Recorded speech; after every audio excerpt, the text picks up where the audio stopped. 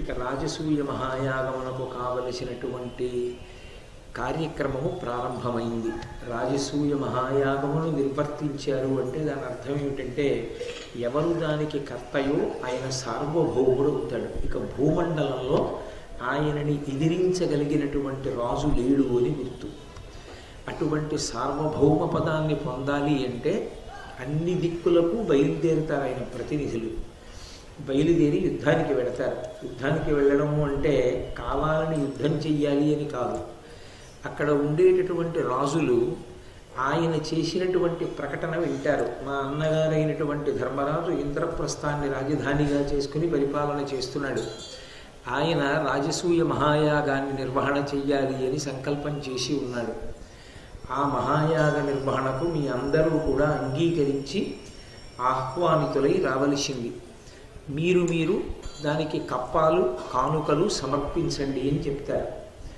ఆ ఆహ్వానాన్ని అంగీకరించినటువంటి వారు కప్పం కట్టి రత్నాది అపూర్వమైనటువంటి కానుకలను సమర్పణ చేస్తారు. కాదని ఎవరైనా తెంపరితనంతో యుద్ధానికి సిద్ధపడితే వాళ్ళని అణచగలిగినటువంటి ప్రజ్ఞ ఉండాలి. అలా ఎక్కడైనా వెళ్ళినటువంటి ప్రతినిధి ఓడిపోతే ఇక రాజసూయ మహాయాగం చెయ్యడం జరగదు.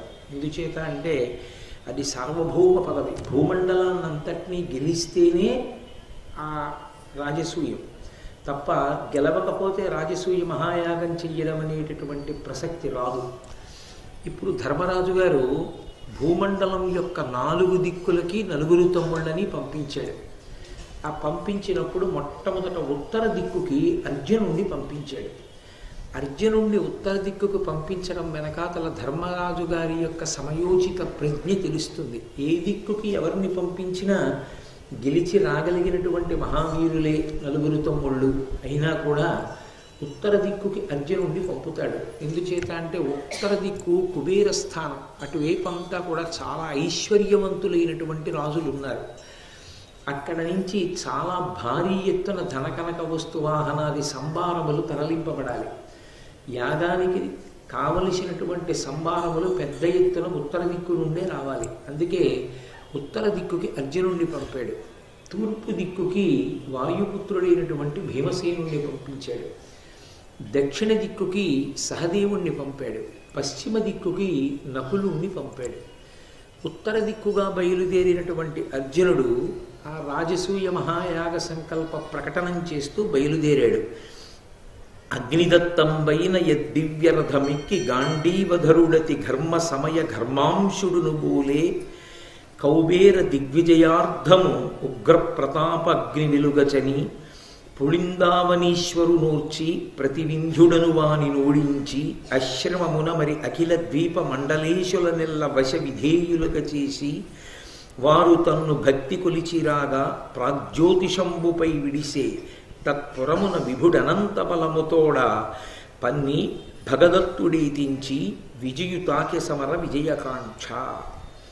ఆయన ఉత్తర దిక్కుగా బయలుదేరినటువంటి వాడై అగ్నిదేవుని చేత కాండవవన దహన సమయమునందు తనకి బహూకరింపబడినటువంటి ప్రత్యేకమైనటువంటి రథాన్ని అధిరోహించి ఆ గాంధీవాన్ని చేత పట్టుకుని యుద్ధానికి బయలుదేరాడు. మంచి వేసవి కాలంలో అందున ఏ రోహిణీ కార్తెయో నడుస్తున్నప్పుడు మధ్యందినటువంటి మార్తాండు ఎంత ప్రతాపంతో ఉంటాడో, ఎంత సహింపనశక్యంగా ఉంటాడో అటువంటి తేజస్సుతో ఆ అర్జునుడు బయలుదేరి వెడుతుంటే ఆయనని ఎదిరించినటువంటి వీరుడే లేడు. ఆయన అలా బయలుదేరి ఆ పుళిందావనీశ్వరుణ్ణి ఓడించి ప్రతివింజుడనేటటువంటి వాడిని ఓడించి అటువైపుగా ఉన్నటువంటి అఖిల ద్వీపములకు చెందినటువంటి మండలేశ్వరులను తనకి వశవర్తులుగా చేసుకొని అక్కడి నుంచి ప్రాగ్జ్యోతిషపురం మీదకి యుద్ధానికి వెళ్ళాడు. ఆ ప్రాగ్జ్యోతిషపురాన్ని పరిపాలన చేసేటటువంటి భగదత్తుడు మాత్రం అర్జునుడిని ఎదిరించాడు. 8 రోజుల పాటు ఇద్దరి మధ్య భీకర సంగ్రామం జరిగింది. అర్జునుడితో యుద్ధంలో నిలబడి 8 రోజులు యుద్ధం చేయడం అంటే సామాన్యమైనటువంటి విషయం కాదు. గాంధీవం చేత పట్టుకుని పుంఖాలుగా సవ్యసాచి బాణములు విడిచిపెట్టగలిగినటువంటి అర్జునుడిని ఎదిరించి ప్రతిద్వంద్వి అయి 8 రోజుల పాటు యుద్ధం చేశాడు అంటే భగదత్తుని యొక్క అవక్ర పరాక్రమం ఎటువంటిదో మనం ఊహ చేయవచ్చు. భగదత్తుడి గురించి సభాపర్వంలో అంతమేరే ఉంటుంది. 8 రోజులు యుద్ధం చేశాడు. నేను ఇంద్రుని యొక్క స్నేహితుడిని, నువ్వు ఇంద్రుని యొక్క కుమారుడివి, మనిద్దరం ఇలా పోరు సలపవచ్చా అని అడుగుతాడు నీరసపడిపోయిన తర్వాత 8 రోజుల తరువాత.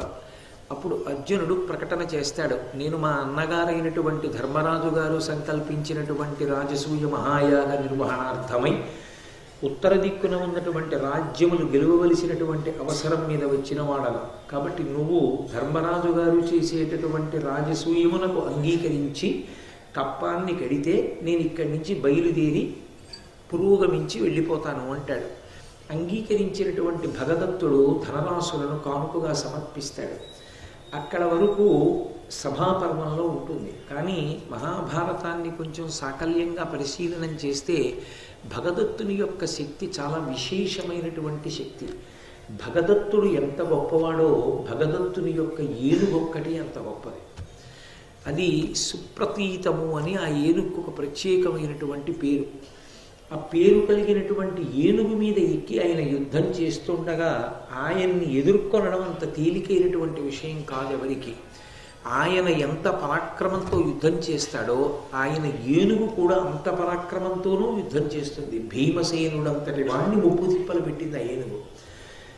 కురుక్షేత్ర మహాసంగ్రామ కాలంలో భీమసేనుడంతటి వాడు దాని 4 కాళ్ళ మధ్యలో దూరి దాని కడుపు మీద గుద్ది పోరాటం చేశాడు. అని ఒక్కటే పాండవ సైన్యాన్ని అల్లకల్లోలం చెయ్యగలిగినటువంటి శక్తిని పొంది ఉండేది. అంత గొప్ప ఏనుగు. ఆ ఏనుగు మీద కూర్చుని యుద్ధం చేస్తుండేవాడు భగదత్తుడు. అతను కారణజన్ముడు.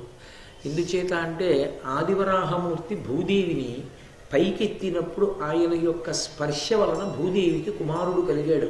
అతనే నరకాసురుడు. ఆయన తల్లి చేతిలోనే చనిపోవాలి. అందుచేతనే భూదేవి సత్యభామగా వచ్చి తన కొడుకని తెలియక తల్లిగా చంపలేదు కనుక సత్యభామా స్వరూపంగా భూభారాన్ని తగ్గించడానికి సంహారం చేసింది. ఆ నరకాసురుని యొక్క కుమారుడే భగదత్తుడు. ఆ నరకాసురుడు మరణించిన సందర్భంలో కృష్ణ పరమాత్మని ప్రార్థన చేసింది, నీ కుమారుడే ఈ నరకాసురుడు. ఈ నరకాసురుడు మరణించాడు, అతని కుమారుడు భగదత్తుడు. ఇతని సంరక్షణార్థం నువ్వు ఏర్పాటు చెయ్యవలసింది అంటే కృష్ణ పరమాత్మ వైష్ణవాస్త్రాన్ని ఇచ్చారు అతనికి.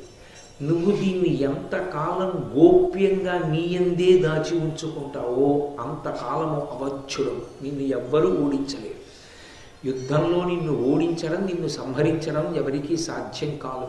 ఎప్పుడు నువ్వు ఆ వైష్ణవాస్త్రాన్ని బయటికి తీసి విడిచిపెట్టేస్తావో, దానికి దూరం అయిపోతావో ఆనాడు నీకు మరణం అన్నాడు. చాలా గొప్ప యుద్ధం చేశాడు భగదత్తుడు కురుక్షేత్రంలో. చేసి చిట్ట చివరికి అర్జునుడితో యుద్ధం జరుగుతుండగా ఒళ్ళు మరిచిపోయినటువంటి వాడై ఎలా అయినా అర్జునుడిని మట్టు పెట్టాలన్న కోరికతో ఆ వైష్ణవాస్త్రాన్ని తీసి అర్జునుడి మీదకి ప్రయోగించాడు. యథార్థమునకు ఆ వైష్ణవాస్త్రం చేత నిగ్రహింపబడాలి. కానీ అది ప్రయోగించినప్పుడు కృష్ణుడు తాను తోలుతున్న గుర్రాల యొక్క పగ్గాలు వదిలేసి వెనక్కి తిరిగి గభాలను అర్జునుడిని కౌగిలించుకున్నాడు. ఆయన చేతి బాణములు వెయ్యడానికి అవకాశం లేకుండా కౌగిలించుకుంటే భగదత్తుడు విడిచిపెట్టినటువంటి వైష్ణవాస్త్రం వచ్చి శ్రీకృష్ణ పరమాత్మ మెడలో వేసుకున్న వైజయంతి మాల యందు ఐక్యమైపోయారు. ఐక్యమైపోగానే అర్జునుడు ప్రయోగించిన బాణ పరంపరలు కుంభస్థలంలో తగిలి సుప్రతీతమనేటటువంటి ఏనుగు మరణించింది. భగదత్తుడు కూడా బాణ పరంపరల చేత మరణించాడు. భగవంతుణ్ణి నమ్ముకున్నటువంటి వాళ్ళని ఎంత కష్టం నుంచైనా ఎంత ఆశ్చర్యకరంగా ఆయన రక్షించగలడు. భగవంతుని యొక్క రక్షణ శక్తి ఎంత గొప్పది అన్నది చెప్పడానికి ప్రతీక భగదత్తోపాఖ్యానం. అటువంటి భగదత్తుడు 8 రోజుల పాటు అర్జునుడితో యుద్ధం చేశాడు. ఆ ఉత్తర దిక్కుకు వెళ్ళినప్పుడు బహుశా భగదత్తుని యొక్క శక్తి, భగదత్తుడు ఉత్తర దిక్కునున్నాడన్న విషయాన్ని లెక్కలోకి తీసుకుని ధర్మరాజు గారు అర్జునుడిని ఉత్తర దిక్కుకు పంపారు. 8 రోజులు అయిన తర్వాత భగదత్తుడు వశుడయ్యాడు. అయిన తరువాత ఆయన దగ్గర రత్నములు వజ్రములు కానుకలుగా స్వీకరించి అక్కడ నుండి మళ్ళీ బయలుదేరి ముందుకు వెళ్ళిపోయాడు. వెళ్ళి అంతర్గిరి, బహిర్గిరి, ఉపగిరి, ఉలూక దేశాధిపతి, దేవప్రస్థరాజు, విశ్వదశ్వుడు, పార్వతీయులు, బర్బర, శబర, తురుష్క, మాళవ, పౌండ్ర, కాశ్మీర, హాటక దేశాలు, ఉత్తర కురు దేశాలు జయించి ధనరాశులు, బంగారం, రత్నాలు, వాహనాలు, గుర్రాలు, ఏనుగులు, పక్షుల రంగు కలిగినవి, కోయిల రంగు కలిగినవి, అనేక రకమైనటువంటి రంగులు కలిగినటువంటి గుర్రాల్ని, ఏనుగుల్ని, అపారమైనటువంటి ఐశ్వర్యాన్ని, ధనకనక వస్తు వాహనాల్ని అన్నిటినీ తీసుకుని ఉత్తర దిక్కుని, ఉత్తర కురు పాంచాల దేశముల వరకు జయించినటువంటి వాడై అర్జునుడు తిరిగి ఇంద్రప్రస్థాన్ని చేరుకున్నాడు. చాలా సంతోషించాడు ధర్మరాజు గారు. ఉత్తర దిక్కున మనని ఎదిరించి నిలబడగలిగినటువంటి వాడు లేడు కాబట్టి ఇప్పుడు ఉత్తర దిక్కంతా తనకి వశమైంది. ఇక పూర్వ దిక్కుకి అంటే తూర్పు దిక్కుకి వెళ్ళినటువంటి వాడు భీమసేనుడు. ఆయన పాంచాల రాజు యొక్క పూజలు అందుకున్నవాడై విదేహరాజు జనకుణ్ణి జయించాడు. విదేహరాజు రామాయణ కాలం నుంచి దాన్ని పరిపాలించిన వారి అందరి పేర్లు జనకులే. అప్పుడు ఉన్నటువంటి విదేహరాజు పేరు కూడా జనకుడే. ఆ జనకుణ్ణి జయించి తరువాత దశార్ణపతి అయినటువంటి సుధన్వునితో మహాయుద్ధం చేసి అతని యొక్క పరాక్రమాన్ని మెచ్చుకుని ఆ సుధన్వుణ్ణి తనకి సైన్యాధిపతిగా చేసుకున్నాడు. అదొక గొప్ప విశేషం. అవతల వారిలో ఉండేటటువంటి పరాక్రమాన్ని మెచ్చి తనకి వశుణ్ణి చేసుకుని భవిష్యత్తులో తన గెలుపుకి ఆయన్ని సాధనంగా వాడుకోవడం. అటువంటి సుధన్వుణ్ణి భీమసేనుడు తనకి సైన్యాధిపతిగా చేసుకుని అశ్వమేధం చేసినటువంటి రాజు రోచమానుని యొక్క తమ్ములను ఓడించి చేది రాజ్యంలో ప్రవేశించాడు. ఆ చేది రాజ్యాన్ని పరిపాలిస్తున్నటువంటి వాడు శిశుపాలుడు. ఈ శిశుపాలుడు శ్రీకృష్ణుడికి బద్ధశత్రువు. కానీ ఆయనకి ఆ పాటికి ఎందుకో పాండవులతో విరోధించాలనేటటువంటి కోరిక పుట్టలేదు. ఆయన ఎంతో సంతోషంగా ఆ వచ్చినటువంటి భీమసేనుడికి స్వాగతం పలికి అనేకమైనటువంటి ధనరాశులిచ్చి ధర్మరాజు గారు చేసేటటువంటి రాజసూయ మహాయాగానికి నేను కూడా తరలి వస్తాను అని చెప్పాడు. అతని అతి ప్రతాపుని నిలాత్మజుగాన వచ్చి చేది భూపతి శిశుపాలుడెంతయును భక్తిపరుండయి రాజసూయ మున్నతి నొరరింపనున్న యమనందనయత్నమిరింగి రత్నశోభిత ధనరాసులిచ్చ కడుప్రీతి సమన్వితుడై ముదంబునన్. పరమ సంతోషంతో ధర్మరాజు గారు రాజసూయ మహాయాగం చేస్తున్నాడన్న విషయాన్ని తెలుసుకున్నటువంటి వాడై అనేకమైనటువంటి ధనరాశులిచ్చి భీమసేనుణ్ణి స్వాగతించి సత్కరించి పంపించాడు. అంటే అప్పటి వరకు శిశుపాలుడికి ధర్మరాజు గారు చేస్తున్నటువంటి రాజసూయ మహాయాగమనందు వ్యతిరేకత ఏమీ లేదు. భీమసేనుడితో యుద్ధం చెయ్యలేదు సరికదా, స్వాగతించాడు. కానీ శ్రీకృష్ణ పరమాత్మకి అగ్రపూజ జరిగితే మాత్రం ఆయన అంగీకరించాడు. అక్కడ తిరగబడి శ్రీకృష్ణ పరమాత్మ చేతిలో మరణిస్తాడు. అక్కడ వరకు చాలా సహకరించాడు. తప్పకుండా నేను కూడా యాగానికి వస్తానన్నాడు. సరే, తూర్పు దిక్కున ఉన్నటువంటి రాజులందరినీ జయించినటువంటి వాడై భీమసేనుడు తిరిగి ఇంద్రప్రస్థాన్ని చేరుకున్నాడు. పరమ సంతోషాన్ని పొందాడు ధర్మరాజు. ఉత్తర దిక్కున ఉన్న రాజులు వశమయ్యారు, తూర్పు దిక్కునున్న రాజులు వశమయ్యారు. ఇక దక్షిణ దిక్కు పశ్చిమ దిక్కు మిగిలాయి. సహదేవుడు దక్షిణ దిక్కుకి వెళ్ళాడు. సుమిత్రుణ్ణి, శూరసేనుణ్ణి, దంతవక్త్రుణ్ణి, యవనుల్ని, గోశృంగగిరి నివాసుల్ని, జంభకుణ్ణి, విందాన బిందుల్ని ఓడించాడు. మాహిష్మతీపురాన్ని పరిపాలించేటటువంటి నీలుడు అనేటటువంటి ఒక మహారాజు మీద యుద్ధానికి వెళ్ళాడు. ఆ నీలుడు అంగీకరించలేదు. ధర్మరాజు గారి యొక్క సార్వభౌమ పదవిని అంగీకరించడానికి తిరస్కరించి భీమసేనుడు ఆయన ఈ సహదేవుడితో యుద్ధానికి వచ్చాడు. సహదేవుడికి ఆయనకి యుద్ధం జరుగుతుండగా ఒక ఆశ్చర్యకరమైన సంఘటన జరిగింది. అగ్నిదేవుడు అకస్మాత్తుగా సహదేవుని యొక్క సైన్యాలన్నిటినీ చుట్టుముట్టి కాల్చడం మొదలుపెట్టాడు. అగ్నిహోత్రుడు సైన్యాన్ని చుట్టుముట్టిన కారణం చేత సహదేవుడు స్నానం చేసి దర్భలు పరిపించుకుని దాని మీద పడుకున్నాడు. పడుకుని అతి పవిత్రమైనటువంటి దర్భల మీద పడుకుని ఆయన్ని స్తోత్రం చేశాడు. అగ్ని సూక్తములు అంటారు. ఇవి ఖాండవన దహనంలో పక్షులు చేశాయి, మళ్ళీ ఇవి చేశాయి. అగ్ని సంబంధమైనటువంటి ప్రమాదములు పొటమరించే చోట ఇటువంటి పద్యాలు చదివినా, ఇటువంటి పద్యాలు చదువుతున్నా, అందుకే మహాభారత శ్రవణం చేయడం, మహాభారత ప్రవచనం చేయడం, కనీసంలో కనీసం ప్రవచనం చేయకపోయినా మహాభారతాన్ని కనీసం చదవడం అన్నది రావడానికి కారణం ఏమిటి అంటే ఇటువంటి పద్యాలు ఉంటాయి కాబట్టి వీటిని చదివినంత మాత్రం చేత దేవతలు ప్రసన్నులవుతారు.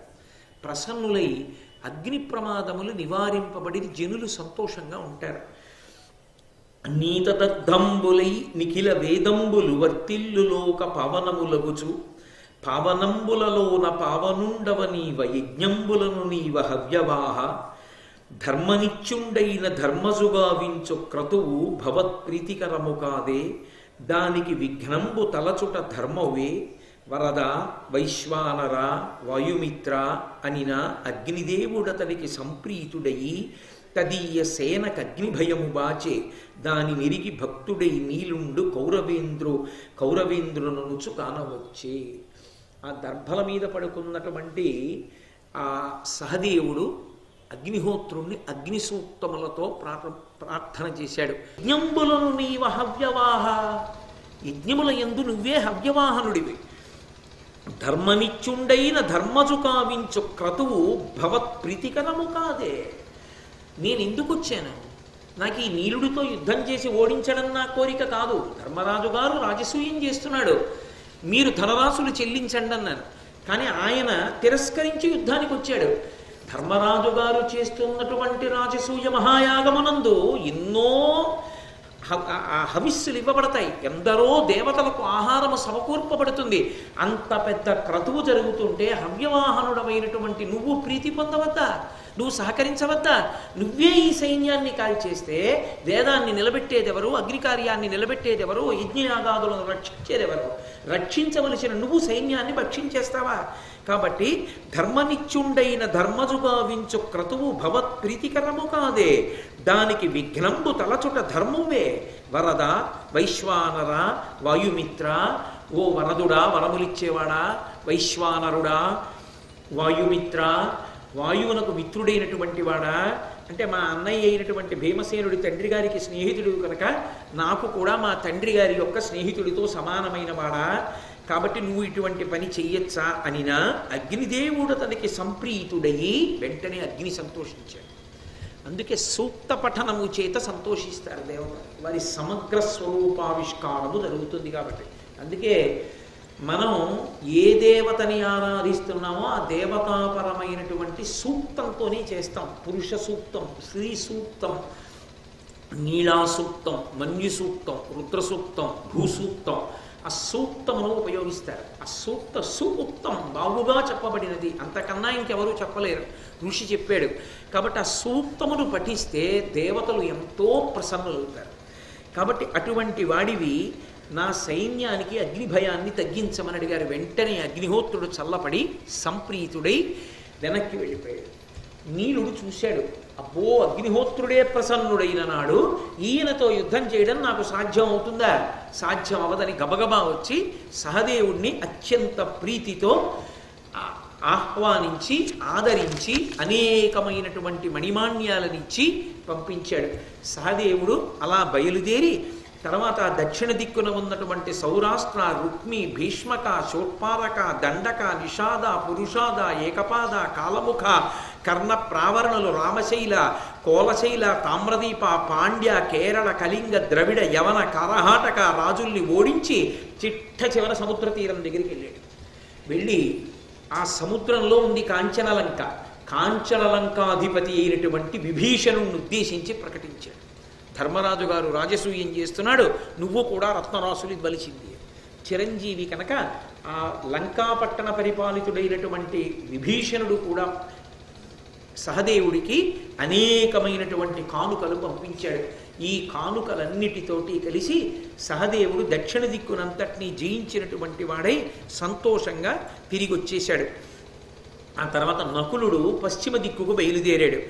మహితక దేశాన్ని, మరు, మాళవ, బర్బర, కర్బర, శైరీషక, దాశార్ణ, పుష్కరాణ్య, సరస్వతి, సింధూ నదీ తీరాల రాజ్యాలను, పంచనద, అమర పర్వతవాసులను గెలిచి శ్రీకృష్ణుడు ద్వారకానగరంలో పశ్చిమ దిక్కున ఉన్నాడు కాబట్టి ఆ ద్వారపతిలో శ్రీకృష్ణుడికి తన రాకను తెలిపి ఆయన యొక్క ప్రీతిని పొంది మేనమామ మద్రపతి అయినటువంటి శల్యుణ్ణి చూసి శల్యుని యొక్క గౌరవాన్ని పొంది అక్కడి నుంచి తిరిగి ఆ దిక్కునంతటినీ జయించి వచ్చాడు.